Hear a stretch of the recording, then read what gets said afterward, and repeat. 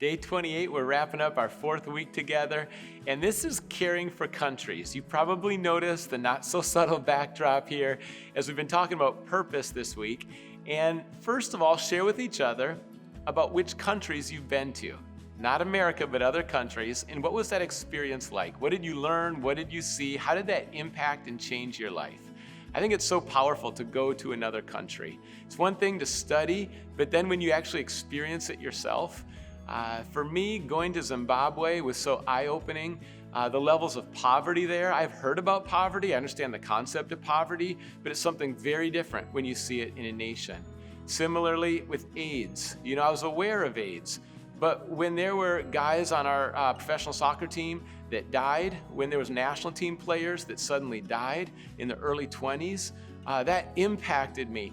In fact, the person who I went with in Zimbabwe, they've devoted their whole life as a couple. Now they've devoted their whole life to helping educate and protect people from AIDS. And I can't think of how many lives that saved. When you go to a country and you experience the realities there, you might end up finding yourself serving, devoting. There's a joyful responsibility. I say that joyful responsibility. If you've been given much, I think much will be kind of expected. Much is going to be given to other people, at least it should. If you've received a lot, you should give a lot. And in America, we have so much compared to many nations in this world.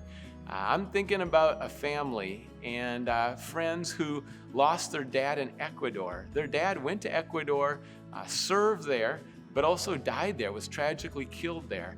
But through his life and some others that were with him, generations were impacted.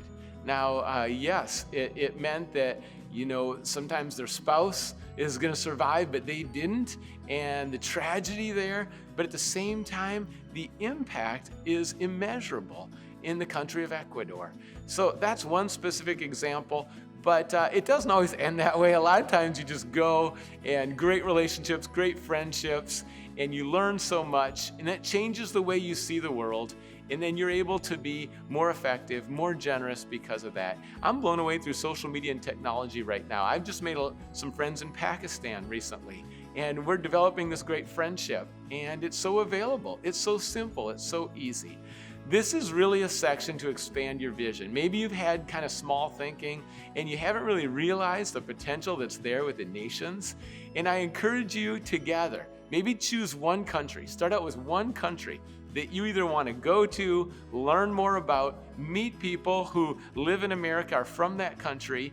And as you dive in, just see what doors are going to open as far as caring for other countries, caring for people in other countries, and how that's going to change the way you live. When you look back at the end of your life and you say, well, what was the story of your life? What were some of the greatest highlights of your life? I'm convinced it's going to be linked to other nations. That's right, blessing other nations. And I believe that we've received so much so that we can be a blessing, in not just locally or nationally, but around the world. Have a big vision. Again, it's time to dream and start thinking about the world and how you can make a difference together as a couple.